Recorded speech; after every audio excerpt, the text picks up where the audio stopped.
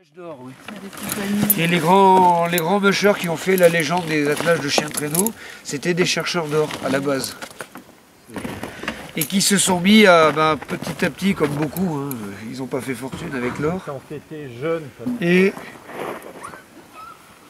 certains donc se sont rendus compte qu'ils pourraient gagner leur vie en étant transporteurs. Dans le commerce. Ils ravitaillaient les camps de trappeurs, de chercheurs d'or.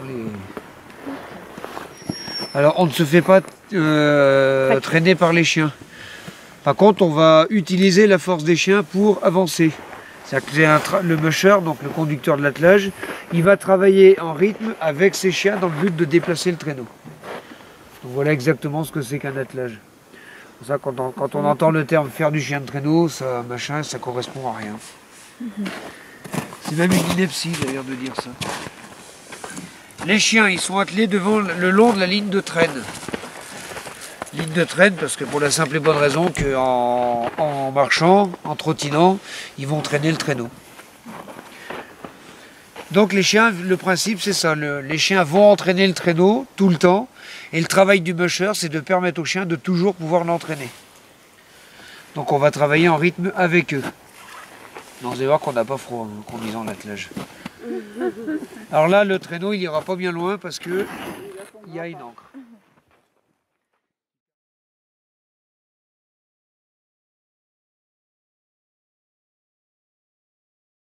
Le traîneau il ira pas bien loin parce que il y a une ancre qui permet de maintenir l'attelage à l'arrêt même si on n'est pas dessus. Très utile par exemple si on croise des promeneurs avec des chiens. C'est une meute. Donc les chiens des promeneurs ils vont y aller. Hein. Ils vont chercher à y aller. Pas pour lui dire bonjour. Oui, c'est ça. Mais cette ligne de traîne doit toujours être tendue. Alors en montée c'est facile, sur le plat ça va aussi, mais en descente, elle doit être tendue aussi. Donc voilà à quoi va servir le frein. Il ne sert pas, on ralentit pas. On va retenir le traîneau pour permettre de garder la ligne de traîne tendue.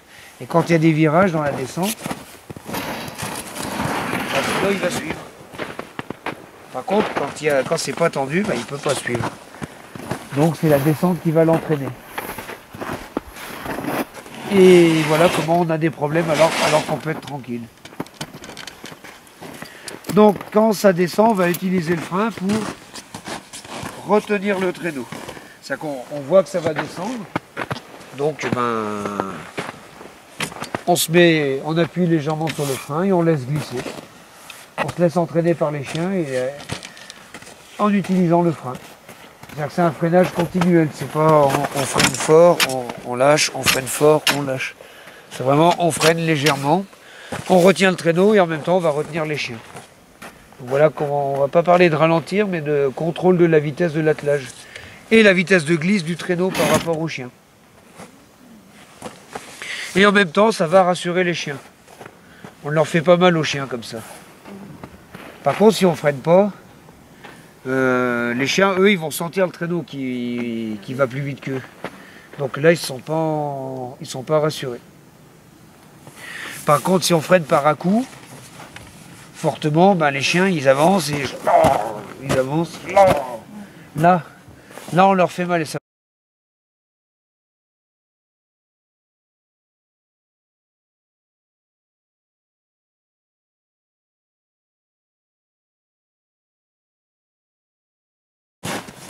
Alors les chiens, donc les deux derrière, on les appelle les wheel dogs, chiens de roue ou chiens de barre. Leur rôle c'est de faire démarrer le traîneau. Et tout l'attelage il est entraîné par le leader ou le chien de tête. Il est devant et il fonce, il tend la ligne de traîne. Donc chaque chien, comme le musher, chacun a son rôle.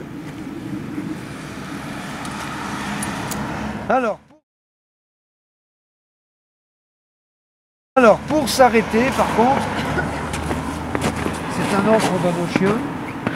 Donc les chiens, on va leur dire halt, et en même temps, on appuie fort sur le frein, dans le but de s'arrêter.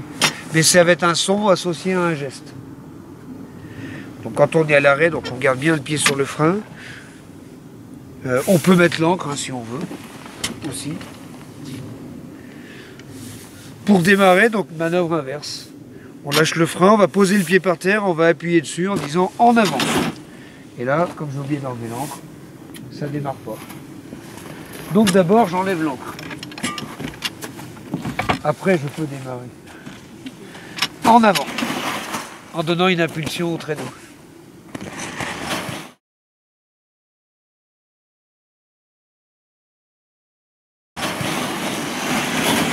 La montée. Là ça tombe bien. On démarre par la montée. Bon, elle fait 800 mètres. Hein. Bon, elle n'est pas raide. Elle monte comme ça, elle monte un peu par palier. Elle va vous paraître interminable. Mais elle ne fait que 800 mètres. Donc là, enfin, comme tout le temps, on fait tout dans le rythme avec les chiens. C'est de l'endurance. C'est pas un effort violent, c'est vraiment dans l'endurance. La grosse erreur que beaucoup de gens font, inconsciemment, ils veulent... les chiens avancent tranquillement. Donc les gens, ils veulent accélérer. On les voit courir derrière le traîneau. Et après, ben, qu'est-ce qu'ils font? Ils courent derrière le traîneau, puis après, ils remontent dessus. Les chiens, ils s'arrêtent. Ils retournent. Et très rapidement, les gens, ils n'en peuvent plus. Parce qu'ils n'ont pas de rythme. Les chiens, ils ne tirent pas à fond. Hein, ils avancent à un rythme régulier. Donc, il faut aller avec eux. Alors, le geste de base, c'est de patiner. Tranquillement dans la montée. Tout le long. On peut patiner comme ça aussi. Mais on peut aussi patiner à l'extérieur du traîneau. Et à certains endroits, ça va être indispensable. Donc, regardez bien comment je fais. Par exemple, quand il y a un dévers, le traîneau penché comme ça. Si on se place mal sur le traîneau, c'est-à-dire que si on continue à vouloir se borner à patiner en restant comme ça, on va immanquablement faire comme ça. Or, la pente, elle est par là. Et voilà comment on fait 3 ou 4 fois plus d'efforts que ce qu'on devrait faire. Donc dans ce cas-là, on voit que ça va être en dévers, on va se mettre comme ça. Là, on va plutôt patiner de cette façon-là. Ou bien, si c'est dans l'autre sens, comme ça.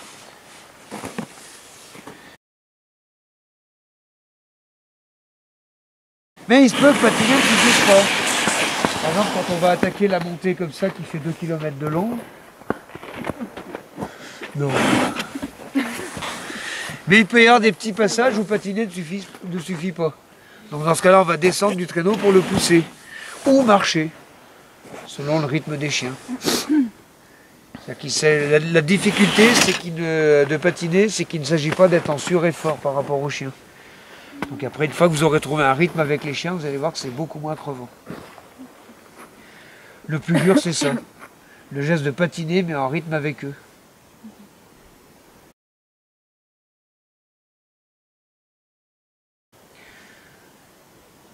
Alors après, on est amené comment dirais-je, à enchaîner les mouvements. On peut très bien être en train de patiner sur 100 mètres, devoir pousser ou marcher derrière le traîneau 2 mètres, remonter dessus, où il n'y a rien à faire. Après, freiner. Des fois, il faut se placer, changer de position sur le traîneau aussi. C'est pour ça qu'il faut bien regarder devant. C'est pour ça qu'il faut bien regarder devant, loin devant pour anticiper, comme en voiture. C'est l'œil directeur qui... Enfin, c'est un principe universel de toute façon. Si on regarde ces jolis pieds comme ça, là on va rien pouvoir anticiper du tout. Le moindre truc, on va se faire avoir. Tandis que si on regarde loin devant, non seulement on observe on peut voir le rythme des chiens, mais aussi la piste loin devant. Et on va voir, par exemple, admettons que là il y a un superbe arbre, et on tourne à droite. Donc l'œil directeur, il ne regarde pas l'arbre. Il regarde là où le traîneau va passer. Certes,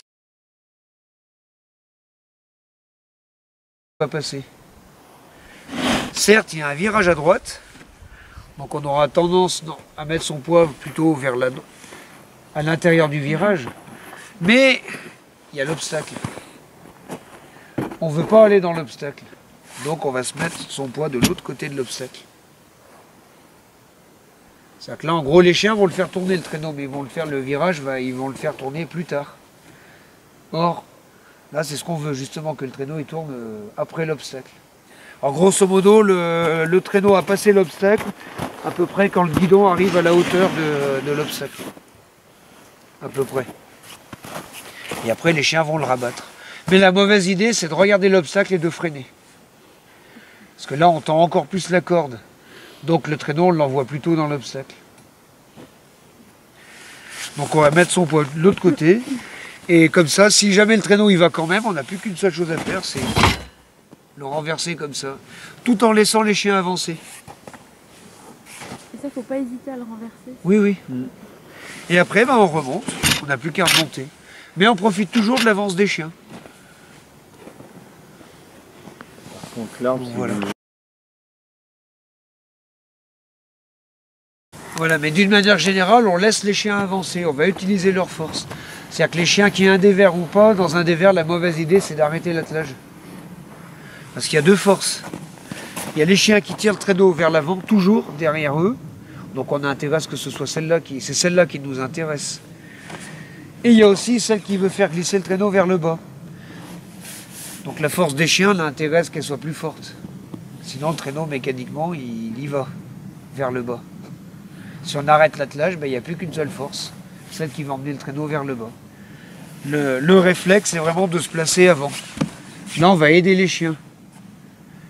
Et les chiens seront mieux pour mieux tirer le traîneau. Donc, on aura moins de chances d'aller du mauvais côté. Bon, après, c'est un coup à prendre. Hein. C'est en pratiquant. Il y a beaucoup de logique. Mais vraiment, la chose importante, c'est de tout faire avec les chiens, en rythme avec eux. Dans le but, on les accompagne tout le temps pour aller de l'avant. Voilà. Merci. Viens, Aïs. C'est rien, c'est Daisy qui vient de bailler. Ah bon, Oh, tu t'étires. Liska, on va la faire. il y en a une. Allez, Aïs, Liska, puis avec Anka à côté. On va les mettre. Vous voulez qu'elles soient bouclées. On va les mettre sur cette tête-là. Je vais il vaut mieux qu'elles soient juste devant, par exemple. Qu'elle ait une tendance à pincer. Alors lui, il va aller en tête, donc on va l'atteler là. Là où je trouve la dame. Voilà. Ok. Et donc voilà. Alors, Le leader, Ice. À l'arrière, Liska. Alors les chiens, les Will à l'arrière, ils sont attelés au harnais et au collier par la ligne de dos et au collier par la ligne de cou. Ice, viens par là. Et au collier par la ligne de cou. Voilà, de façon à ce que La force. tirent tous le long de la même corde et dans le même et ensemble. Donc là, ta papa, elle est pas du bon côté. Liska, je vais te mettre Anka à côté de toi. C'est bon, Anka, il faut la mettre avec des chiens qui tirent bien, mais pas forcément, pas extrêmement vite. Ouais. Autour de qui? J'en sais rien. Jessie. La voilà, la doyenne. Jessie, ouais. Allez, viens. Et Anka, il y a 13 ans. Viens par la main. D'accord, ok, pas de problème. Anka, viens. Anka. Anka, viens là.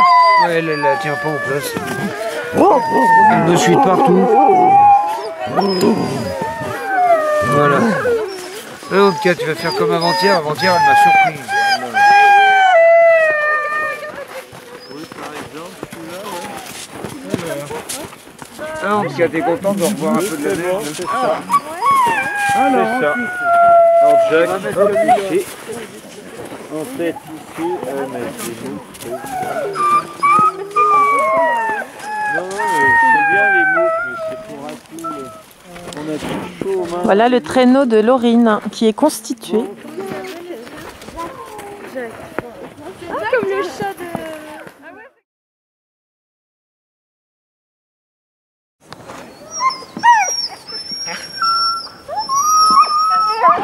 Halte, Farah!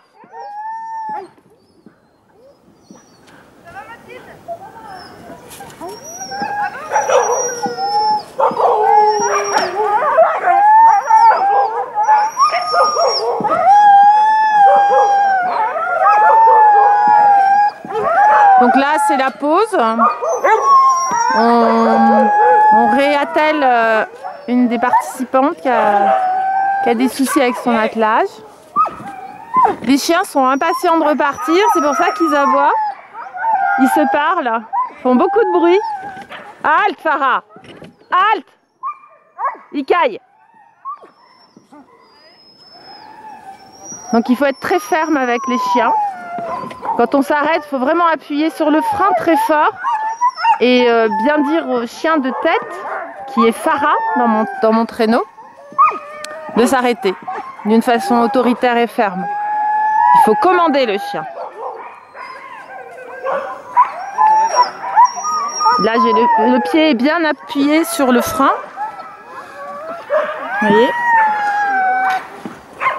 Et quand il tire, il caille. Stop! Quand il tire, je les calme. Il caille! Ils sont pressés de repartir, très impatients. Pour eux, leur plaisir, c'est de courir, de se rouler dans la neige. C'est leur travail, c'est comme un plaisir pour nous de regarder un film ou quelque chose comme ça. Eux, ils adorent se tirer, se déplacer, nous emmener en promenade. Et bien sûr, on n'oublie pas de les aider en poussant un petit peu avec notre pied. À tout à l'heure. Allez.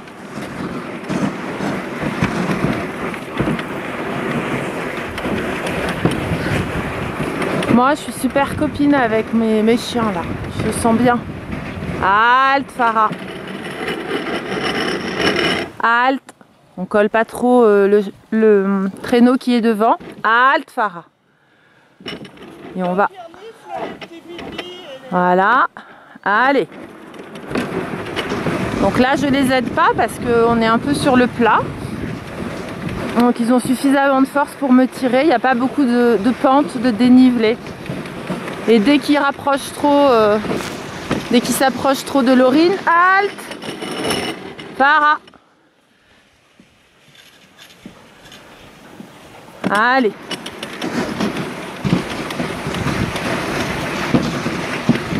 Et alors, j'ai plus beaucoup de batterie. À force de filmer, ça consomme beaucoup, donc on aura que ça comme halte, Farah, comme petit rush pour vous montrer ce que c'est que le chien de traîneau, les copains. Je vais couper sur cette petite balade, je me tiens même plus.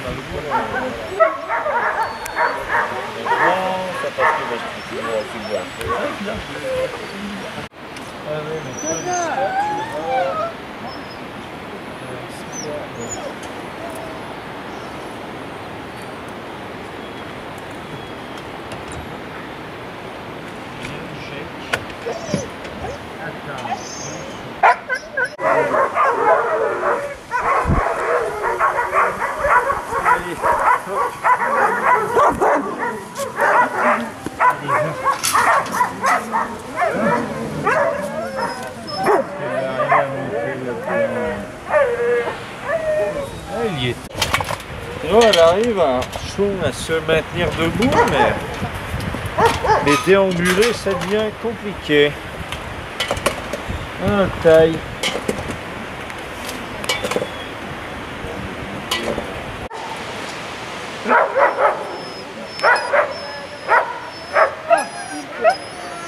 Jessie, viens.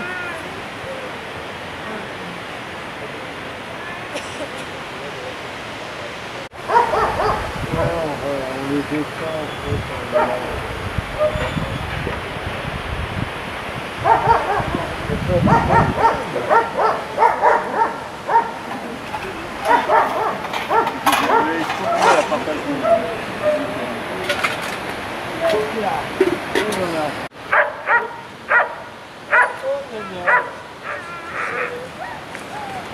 allez, monte.